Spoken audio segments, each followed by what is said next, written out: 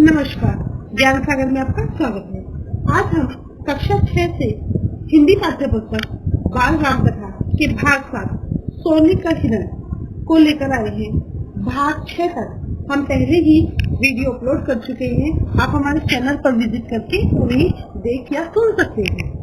सोने का हिरण भाग 7 बाल राम कथा की।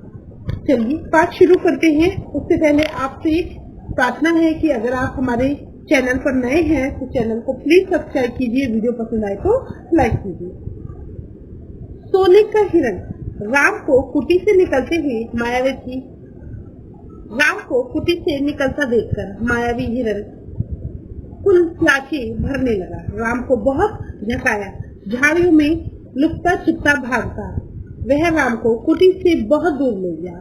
हम जानते हैं कि वो है सोने का हिरण मारीच है, जो रावण के कहने पर राम को के सामने से जाकर भागा है और सीता ने उसे लाने की प्रार्थना की है और राम उसे लेने के लिए गए।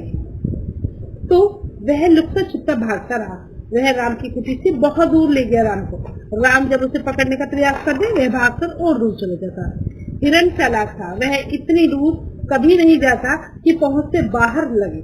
राम के सारे प्रयास विफल हुए। वे हिरण को पकड़ नहीं पाए। उन्होंने उसे जीवित पकड़ने का विचार त्याग दिया। धनुष उठाया, निशाना साधा और एक बाण उस पर छोड़ दिया। बाण लगते ही हिरण गिर पड़ा। धरती पर गिरते ही मारीच अपने असली रूप में आ गया। मारीच ने माया से अपना रूप नहीं बदला, आवाज भी बदल ली। अपनी आवाज राम जैसी बना ली। धरती पर पड़े हुए वह जोर से चिल्लाया, हाँ सीते, हाँ लक्ष्मण। ध्वनि ऐसी थी कि बाण राम को लगा हो। वह सहायता के लिए पुकार रही है। बाण का प्रहार गहरा था। मारीच उसे अधिक देर तक सहन नहीं कर पाया। वह झटपटाता रहा। जल्द ही उसके प्राण पखेरु उड़ गए। रावण एक विशाल वृक्ष के पीछे खड़ा था। वह प्रसन्न था। उसकी चाल सफल हो गई।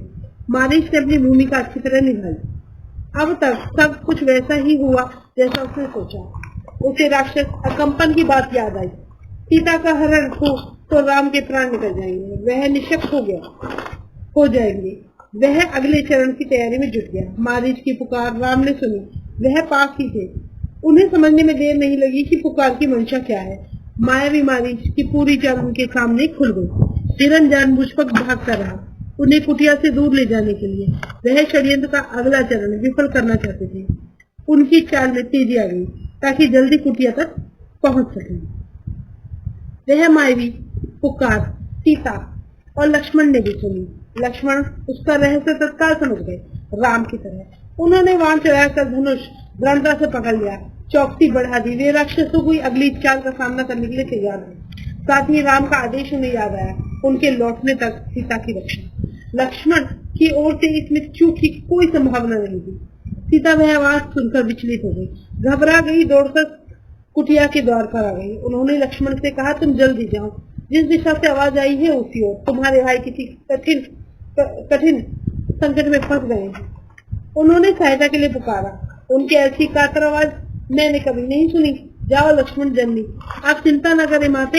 लक्ष्मण ने सीता को आश्वस्त करते हुए कहा, राम संकट में नहीं है, हो ही नहीं सकते। उनका कोई कुछ नहीं बिगाड़ सकता। हमने जो बात सुनी वह बनावटी है, मायावी राक्षसों की चाल है, मुझे कुटिया से दूर ले जाने के लिए। आप निश्चित रहें, भाई राम जल्द ही आते होंगे। सीता क्रोध से उबल पड़ी। लक्ष्मण का इस घड़ी में इतना शांत होना उन्हें समझ में नहीं आया। राम की आवाज सुनकर धीरे यही खड़े रहे, सहायता के लिए नहीं गए। सीता को इसके पीछे षड्यंत्र दिखाई दिया। लक्ष्मण की चाल लगा कि लक्ष्मण राम का भला नहीं चाहते, उनके हितैषी नहीं है। चाहते हैं कि राम न रहे, मारे जाए, ताकि राजपाट उन दोनों को का हो जाए जिनके रास्ते का कांटा निकल जाए। तुम्हारा मन पवित्र नहीं है, कुलसित है, पाप है उसमें। मैं समझती हूँ कि तुम अपने भाई की सहायता के लिए क्यों नहीं जा रहे। सीता ने यहाँ तक कह दिया कि कहीं राम के गुप्तचर तो नहीं हो। सीता की बात से लक्ष्मण का गहरा आघात पहुंचा। उनका हृदय छलनी हो गया, पर उन्होंने पलटकर उत्तर नहीं दिया।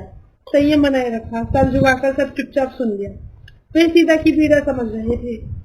केवल इतना कहा, हे देवी, यह राक्षसों का छल है।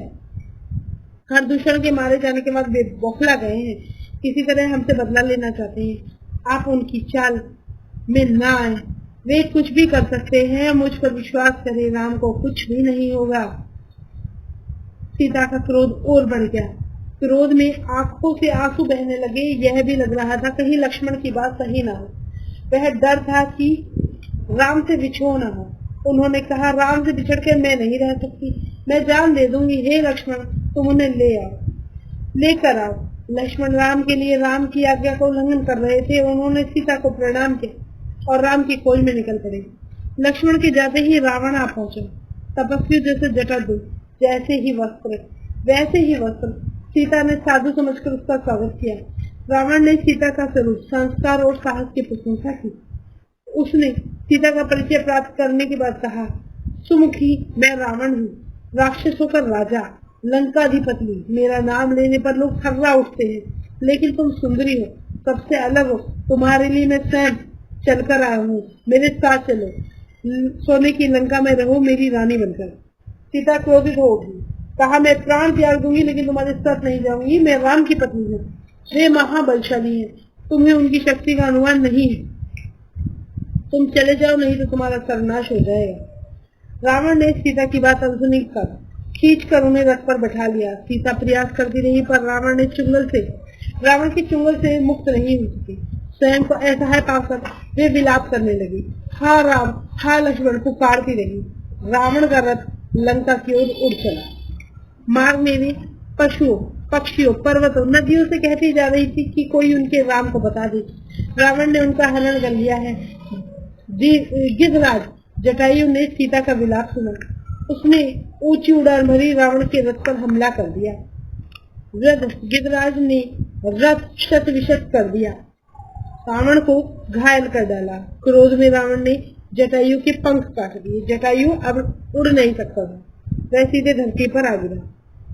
रावण का रथ टूट गया था, उड़ान नहीं बढ़ सकता था। उसने तत्काल सीता को अपनी बाहों में दबाया और दक्षिण दिशा की ओर उड़ने लगा।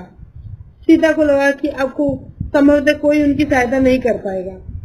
उनका बचाव केवल एक ही था, राम को किसी तरह से पता चल जाए, समाचार मिल जाए। उन्होंने अपने आभूषण उतारकर फेंकना शुरू कर दिए। आभूषण वानरों ने उठा लिए। उन्हें आशा थी कि वानरों के पास ये आभूषण देखकर राम समझ जाएंगे, उन्हें पता चल जाएगा कि सीता किस बात से गई है। रावण ने सीता के आभूषण फेंकने से नहीं रोका। उसे लगा सीता शोक में ऐसा कर रही है। कुछ ही समय में रावण लंका पहुंच गया। वह अपने धन वैभव से सीता को प्रभावित करना चाहता था। उन्हें लेकर वह सीधा अपने अंतपुर में गया। राक्षसियों को सीता की निगरानी करते रहने को कहा और बाहर निकल गया। थोड़ी देर बाद फिर लौटा। सीता को घूरते हुए कहा, सुंदरी, मैं तुम्हें 1 वर्ष का समय देता हूँ। निर्णय तुम्हें करना है, मेरी रानी बनकर लंका में राज करोगी या विलाप करते हुए जीवन बिताओगी। सीता बार बार रावण को धिक्कारती रही, राम का गुणगान करती रही।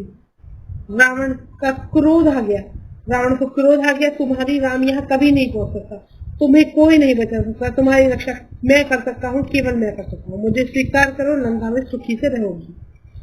पापी रावण, राम मुझे अपनी दृष्टि से जलाकर राख कर सकते हैं, उनकी शक्ति देवताएं भी स्वीकार करते हैं। मैं उस राम की पत्नी हूँ जिसके तेज और पराक्रम के आगे कोई नहीं ठहर सकता। तेरा सारा वैभव से मेरे लिए अर्थी है। तूने पाप किया है, राम के हाथों तेरा अंत होना निश्चित है। राम की इतनी प्रशंसा सुनकर रावण कुछ चिंतित हो गया। उसने सोचा, खरदूषण को मारने वाला अवश्य शक्तिशाली होगा। उसने तत्काल अपने 8 सबसे बलिष्ठ राक्षसों को बुलाया। तुम लोग पंचवटी जाओ, राम और लक्ष्मण वहीं रहते हैं, उनका एक एक समाचार मुझे मिलना चाहिए। दोनों पर निगरानी रखो, मौका मिलता ही उन्हें मार डालो। उधर सीता को पाने के लिए रावण ने अपनी योजना बदली। उन्हें अंतपुर से निकालकर अशोक वाटिका में बंदी बना दिया गया, पहरा कड़ा कर दिया गया। राक्षसियों को स्पष्ट निर्देश थे, सीता को किसी प्रकार की शारीरिक कष्ट नहीं होने चाहिए। इसके मन को दुख पहुंचाओ, अपमानित करो, लेकिन सीता को कोई हाथ न लगाओ। रावण ने सब कुछ किया, पर सीता का मन नहीं बदला। वे बार बार राम का नाम लेती रही। शेरों के बीच हिरणी की तरह बैठी रहती थी, डरी सहमी, रो रो कर दिन काट रही थी। सोने की हिरण ने उन्हें सोने की लंका में पहुंचा दिया था।